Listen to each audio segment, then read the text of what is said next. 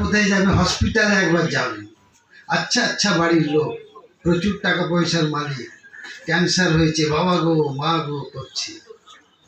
কেন না? মা কুরু ধন জন যৌবন গর্ভম হরতি নিমেষা কাল সর্বম। মহাকাল কখন যে কার ধন জন যৌবনকে কেড়ে নেয় কেউ জানে না। তা সেইগুলো দেখবার জন্য, জানবার জন্য অন্তত জিও একবার। যে তুমি রাজার ছেলে হও আর ফকিরের ছেলে হও, কিন্তু এই মহাকালের গ্রাস থেকে কালো হি ব্যাসন প্রসারিত করো গৃহ্ণাতি দুরাসদম। মহাকাল যখন হাত বাড়িয়ে দেবে আর কিচ্ছু করার থাকে না। শঙ্করাচার্য যে বলতেন না, ভজ গোবিন্দ মূঢ়মতি, হে মূঢ়মতি গোবিন্দের ভজনা কর, কারণ গোবিন্দ একমাত্র গতি। তা এই দুটো জায়গা বললাম। আর কোথায় না? জেলখানাতে যাবে, সেখানে দেখবে কারা আছে। একটু ভুলের জন্য, এক সেকেন্ডের কোথাও একটু ডিসিশনে এদিক ওদিক হয়ে গেছে, ব্যাস পরিণাম জেলখানা। এরকম গোটা পাঁচেক জায়গায়, শিক্ষা প্রতিষ্ঠান, কলেজ, সেখানেও যে এই 5 জায়গায় গেলেই মানুষের বোধ হয়ে যাবে জীবনে কেমন করে চলা উচিত। তা মোটামুটি 5 জায়গাতেই ঘুরে ঘুরে। হ্যাঁ, আরেকটা হচ্ছে শ্মশানে। শ্মশানে গিয়ে একবার দেখা দরকার যে এত দামি দামি গয়না, এত ভালো ভালো খাবার দাবার, এত বড় গাড়ি, এত বড় বাড়ি, সব কোথায় চলে যায় শেষ পর্যন্ত? কোথায় না? শ্মশানে। এত সুন্দর দেহ, এত মূল্যবান দেহ, চিতার আগুনে জ্বলে ছাই। তো এই এক্সপিরিয়েন্সগুলো জীবনে লাভ করবার জন্য আমার যিনি মাস্টার, তিনি বলেছিলেন। তা এইসব জায়গাগুলো ঘুরতে ঘুরতে ঘুরতে ঘুরতে শুধু এইটুকু মনে হয়েছে যে মানুষের সব জায়গাতেই যেটা মূল লক্ষ্য, সেটা হচ্ছে সেই পরম চেতনার দিকে যাওয়া, পরম চেতনার বোধে উন্নীত হওয়া। তাকেই কেউ কৃষ্ণ, বিষ্ণু, আল্লাহ, গড ইত্যাদি নামে আমরা অভিহিত করি। কিন্তু যে যেভাবেই হোক না কেন, তাকে ছাড়া কিন্তু, তাকে বাদ দিয়ে কিন্তু কিছু হবে না। ওই জন্য যে যথা মাং প্রবর্তন্তে তাং ততৈব ভজাম্যহম মম বর্তমান অনুবর্তন্তে মনুষ্যাঃ পার্থ সর্বস্ব। বিভিন্ন জন যারা প্রাজ্ঞ ব্যক্তি, তারা ব্যাখ্যা বিভিন্নভাবে করেন। আমি সরলীকরণ করে সাধারণ মানুষের মতো করে আমরা যদি ভাবি, তাহলেও দেখব যে যেদিকেই যাক, শেষে কিন্তু তাকে সেই জায়গা, হসপিটালে গিয়েও ভগবানকে ডাকতে হবে, হে প্রভু, যে আমি কি অপরাধ করেছি, আজ আমার এই সাজা, এই পরিণাম। জেলখানাতে গিয়ে হয়তো সেও বলবে, কত বাচ্চারাই কাঁদে। এক বৈষ্ণব বাচ্চা, বৈষ্ণব, প্রভু, মাথায় জটা আছে, গলায় মালা আছে, জিজ্ঞাসা করছে, তুই কেন এখানে এলি? তোর পরিণাম এই জেলখানায় কেন? একটু ছোট্ট কোথাও ভুল তাকে ওই জায়গায় পৌঁছে দিয়েছে। তা আমার এখানে বেশি বক্তব্য রাখার কিছু নেই, শুধু আমার এইটুকু আবেদন যে আমরা তো এখানে মায়েরা যারা এসেছি, এখানে যারা বয়স্করা আছি, কিন্তু বাচ্চাদের কাছ থেকে সেখানেও কিন্তু আমাদের এডুকেশনটা যেন পৌঁছায়। আর তখনই পৌঁছাবে, মুখের কথায় নয়, শব্দ দিয়ে যে কানেক্ট করি না, আমরা বলি আমার ছেলেকে কত বোঝাই, আমার মেয়েকে কত বোঝাই, শোনে না। কি করে শুনবে? শব্দ হচ্ছে সব থেকে নিম্নতর মাধ্যম।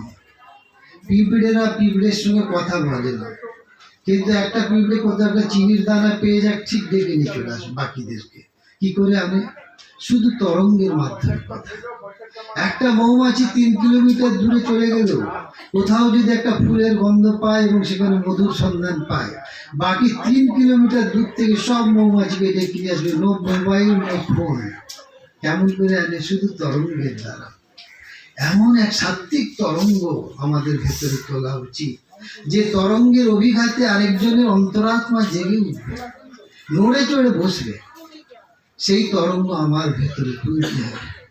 ভগবান কৃষ্ণ সেই জন্য অর্জুনকে বোঝাচ্ছেন, যদ যদাচরতি শ্রেষ্ঠ তত্তদ্দেবেতরো জনা সা যৎ প্রমাণং কুরুতে লোকস্তৎ অনুবর্ততে। যে শ্রেষ্ঠ ব্যক্তিরা, বড় যারা যারা সিনিয়র, তারা যেমন যেমন আচরণ করবেন তেমন তেমন ছোটরা ফলো করবে। তারা যে স্ট্যান্ডার্ড রাখবে, whatever standard they will set up, the common people, the little boys, little children, they will follow the same. তারা সেটাই অনুসরণ করবে। তা আমাকে মুখে বলতে হবে কেন? আমার আচরণ হবে। কোনো মা, কোনো বাবাকে যদি সন্তান দেখে রোজ উঠে মা এমন করে হাত জোড়ো করে কোথায় কি মানে ঈশ্বরের কাছে প্রার্থনা করে, ঠাকুরের কাছে প্রার্থনা করে, গোবিন্দের কাছে প্রার্থনা করে, ও বাচ্চা অটোমেটিক্যালি ও একবারে ম্যাগনেটাইজড হতে থাকবে। চুম্বকের কাছে যে লোহাই থাকুক না কেন সে চুম্বকিত হয়ে যায়, ম্যাগনেটাইজড হয়ে যায়। তা ঠিক এরকমই যেমনই আমরা তৈরি হব, আমাদের ভেতরটা যেমন তৈরি হবে, মানে প্রামাণিক আমরা যতটা হতে পারবো। প্রামাণিক কেন বললাম? উপরে আমরা অনেকেই মালা তিলক ইত্যাদি নিয়ে সেজে আমরা থাকি, কিন্তু ডাল মে কুছ কালা হ্যায়। এই জায়গাটায় যদি কেউ দেখে প্রামাণিক, আর ভেতরেও যেমন বাইরেও তেমনি। বাচ্চা যদি জিজ্ঞেস করে, আচ্ছা মা এই রেল লাইনটা সোজাসুজি কেন, মিলছে না কেন, যদি না জানি আমি বলে দিতে পারি পরিষ্কার যে দেখো আমি এতটা জানি না, আমি কম জানি। তাহলে বাচ্চা বুঝলো যে আমার মা প্রামাণিক, সত্যি কথা বলে। আর যদি এটা ওটা দিয়ে ওই চাঁদে বুড়ি চরকা কাটছে, পরে যখন ও ক্লাস 3 4 পড়বে ও দেখবে ও চরকা কাটা বুড়ি টুড়ি নেই, ওটা একটা মানে এখানকার মতোই, পৃথিবীর মতোই, ওখানে পাহাড় আছে, গর্ত আছে, কেউ ওখানে চরকা কাটছে না। তখন মাকে কি বুঝবে? যে you are a great liar, তুমি একজন মিথ্যাবাদী। তখন সে বড় হয়ে আর মানবে, মা কিছু জানে না। একটা 2 বছরের বাচ্চা সে মাকে ভগবান বলে ভাবে। ওই বাচ্চাটা 8 বছর গিয়ে কি ভাবে জানে? আমার মাটা ভালো, কিন্তু অন্যের মাটা আরো বেশি ভালো। ওই বাচ্চা যখন 16 বছরে যাবে না, তখন সে দেখবে আমার মা বাবা মোটে ভালো না, সবসময় বকে আমাকে, একটুও ভালোবাসে না।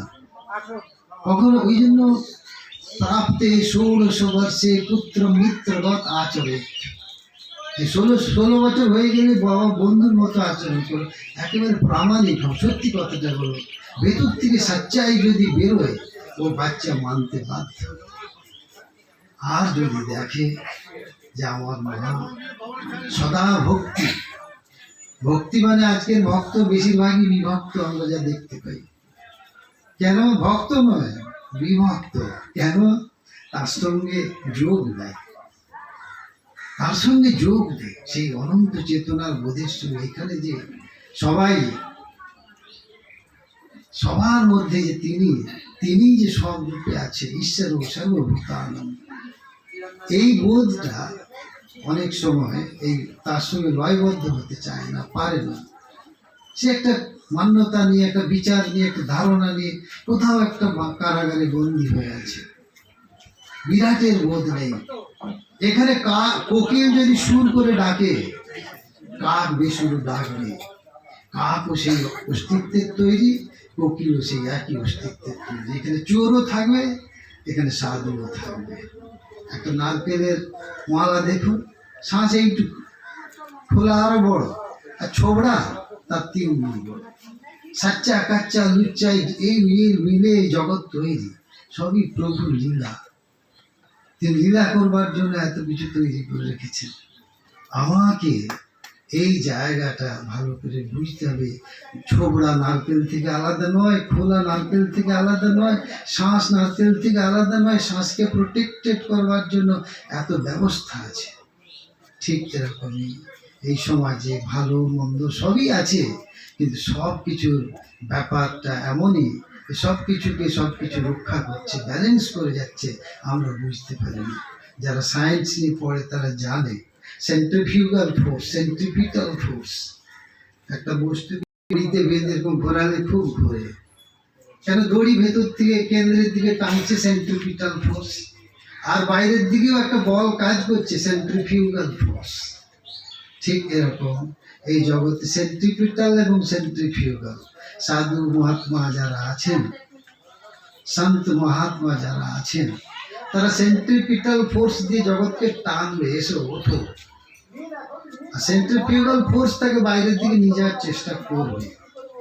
কেন্দ্র বহির্মুখী বল, যা কিছু নাচা গানা খানা পিনা বাইরের জগতের যা কিছু অ্যামিউজমেন্ট, কোনটাই খারাপ নয়, এই দুটোই ব্যালেন্স করে আছে, টানছে ওদিকে টানছে এদিকে।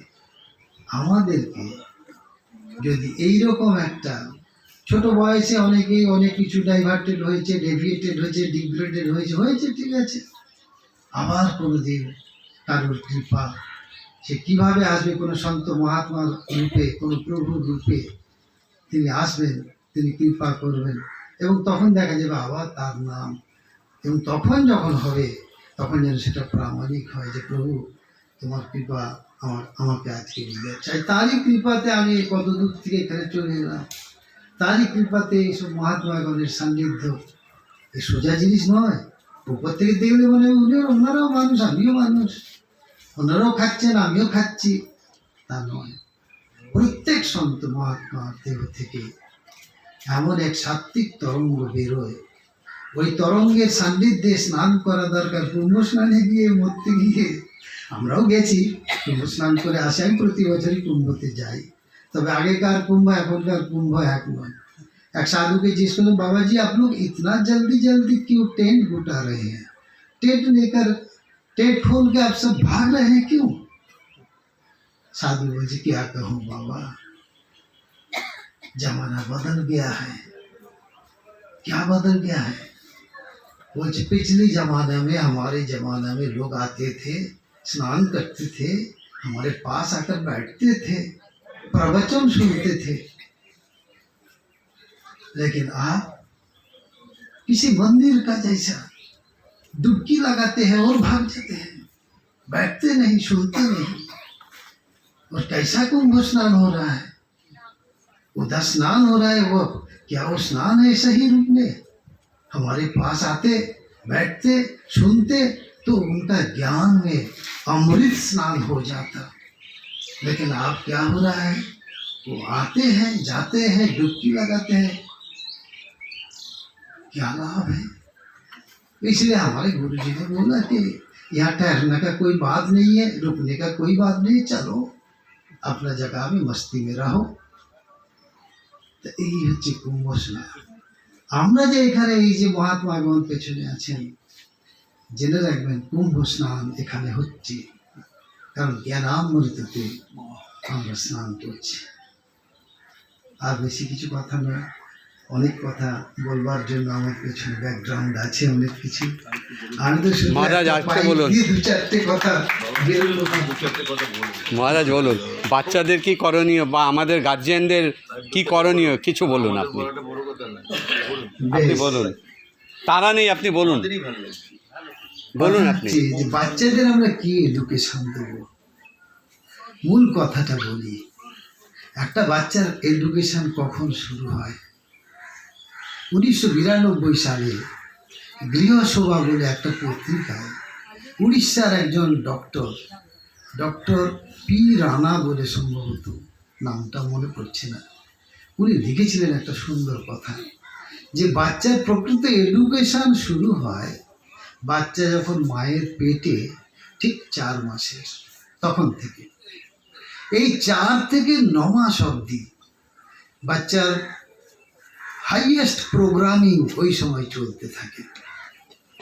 এবার মা যা যা করবে সেই থট ওর ভেতরে কিন্তু ইমপ্রেশন তৈরি করবে, ছাপ তৈরি করবে। এই জন্য দেখা যায় যে মাকে বলা হয়, ডাক্তারবাবুরা বলেন এবার আপনি রেস্টে থাকুন, বিশ্রামে থাকুন। মায়েরা কি করে? বিশ্রামে থাকা মানে কি বোঝে? টিভিটা চালিয়ে দাও, বোকা বাক্স চালিয়ে দাও, অথবা মোবাইল অ্যাপগুলো খুলে দাও, সে হোয়াটসঅ্যাপ হোক, ইউটিউব হোক, আরও যে সমস্ত আছে সব খুলে সব দেখতে লাগলো। কি তাতে কি হচ্ছে, আমি প্রত্যেকটি মানুষের এক একটা রুচি আছে, যার যেমন রুচি সে তেমন তেমন দেখবে। এবার ধরুন আমি মোবাইলে খুব নাচা গানা ড্যান্স ধামাকা দেখছি, তো ও বাচ্চা মাটিতে পড়ে কি করবে? আহ নাচে নাচে কাউয়া কাউয়া ও তো করবেই। আজকের যে এত বাচ্চারা দুষ্টুমি করছে, they are not to be blamed. আমরা তো ব্লেম গেম খেলে বাচ্চা সমাজ খারাপ হয়ে যাচ্ছে। খারাপ হচ্ছে করছে কারা?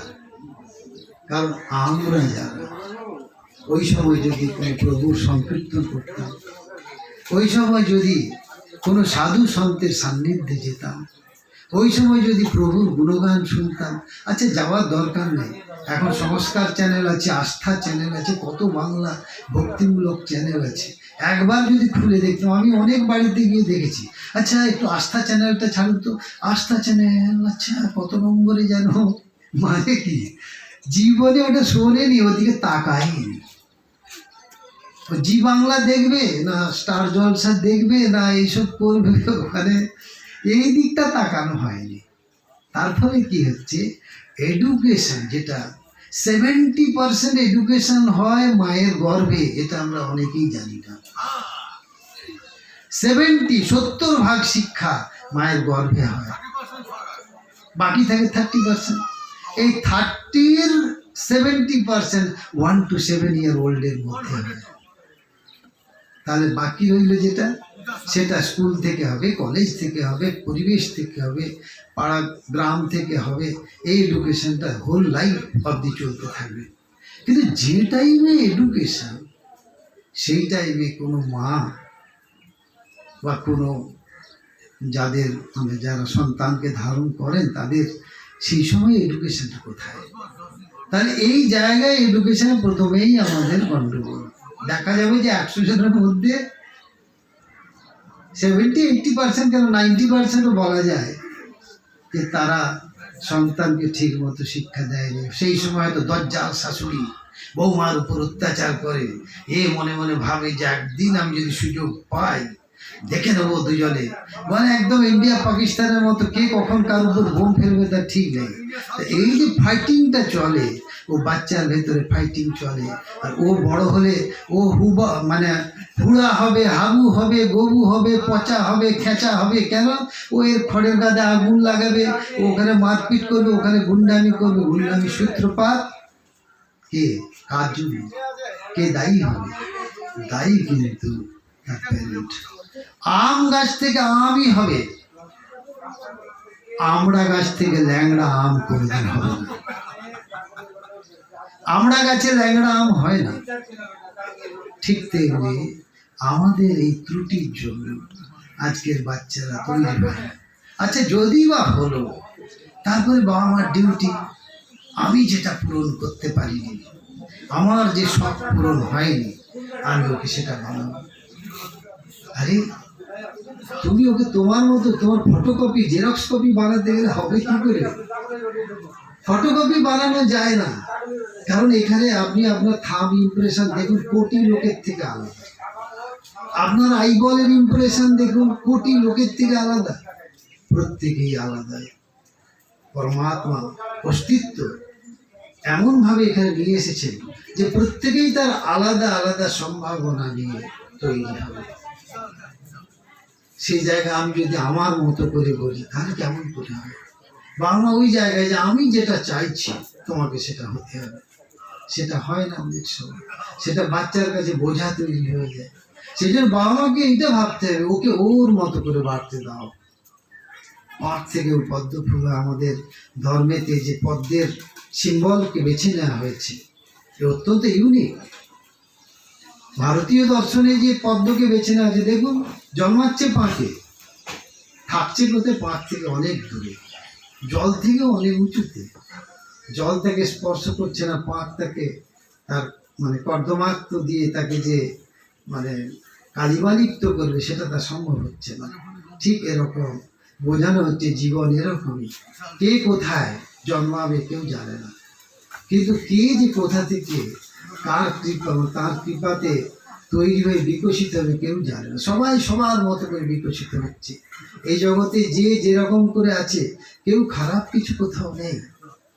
আমরা বানাতে চাই যে আমাদের মতো করে যেন তৈরি হয়, আমাদের মতো করে তৈরি কেউ হবে না। এই অস্তিত্ব, তার রচনা অদ্ভুত। সে যে কাকে কি করে গড়ে তুলবে। এই দেখেন না, এখন সব রিল বানাচ্ছে, সমস্ত সেলফি বানাচ্ছে। কিসের জন্য? They want to be famous. আমাকে যেন চেনে, আমাকে যেন জানে, এই প্রদর্শন বৃত্তি। আমাকে কে, আমি যে কে, কোন অবতার পৃথিবীতে এলাম, একবার চেনো আমাকে। এ আরেক রোগ, ডিজিজ এক ধরনের। চেনাতে হবে না কাউকে। কোথাকার এক বাদামওয়ালা কাঁচা বাদাম বিক্রি করে বাদাম বাদাম বলবো, কাঁচা বাদাম বলে গোটা ওয়ার্ল্ডকে ফেমাস করে, ওয়ার্ল্ডে ফেমাস হয়ে গেল। তো ওটা ওর জন্য আছে। তারপরে তার কি হয়েছে? কিছু টাকা হয়েছে, কিছু সম্মান হয়েছে। কি হয়েছে? সাধু সন্তরা গুলোকে বলে না, যশ প্রতিষ্ঠা সুকরি বিষ্ঠা, শুয়োরের পায়খানার মতো মনে করেন। কেন ওগুলো তারা চান না? সাধারণ মানুষ ওগুলোর জন্য লালায়িত, কিন্তু জ্ঞানী ওগুলো চাইবে না। জ্ঞানী কি চাইবে? যে আমি যাই করি না কেন, ভেতরে আমি শান্তি পাচ্ছি কি, আমার ভেতরটা প্রেম পূর্ণ হচ্ছে কি, আমার ভেতরটা প্রসন্নতায় ডগমগ করছে কি, আমার ভেতরটা সমস্বরতা আমার কেন না? এখানে সুখ থাকবে, দুঃখ থাকবে, সুখে দুঃখে স্বামী কৃত্বা লাভালাভ জয়া জয়। এখানে জয় পরাজয় থাকবে, সুখ দুঃখ থাকবে, কিন্তু এর মাঝখানে প্লেফুলনেস চাই। কেন? এ আমাদের ভারতীয় দর্শন আরেকটি কথা আছে, লীলা। ভগবান লীলা করতে এসেছেন, প্রভু লীলা করতে এসেছেন। লীলা সব কিছু, কারণ কোনোটাই সত্যি তো নয়। আজ আছে কাল নেই, এখনই আছে এখনই নেই। এই যে আমি ফিরে যাব, ফিরে আদৌ যাবো কিনা কে তার খেয়াল রাখে যে কোনো সময়। তাই এই যে এত কিছুর মধ্য দিয়েও আমি প্রেম, এই চারটে কথা, বিশেষ করে শান্তি, প্রেম, প্রসন্নতা আর সমস্যরতা, সাম্যতা, এইগুলো কি আমার ভিতরে লাভ হচ্ছে? এবং এইগুলো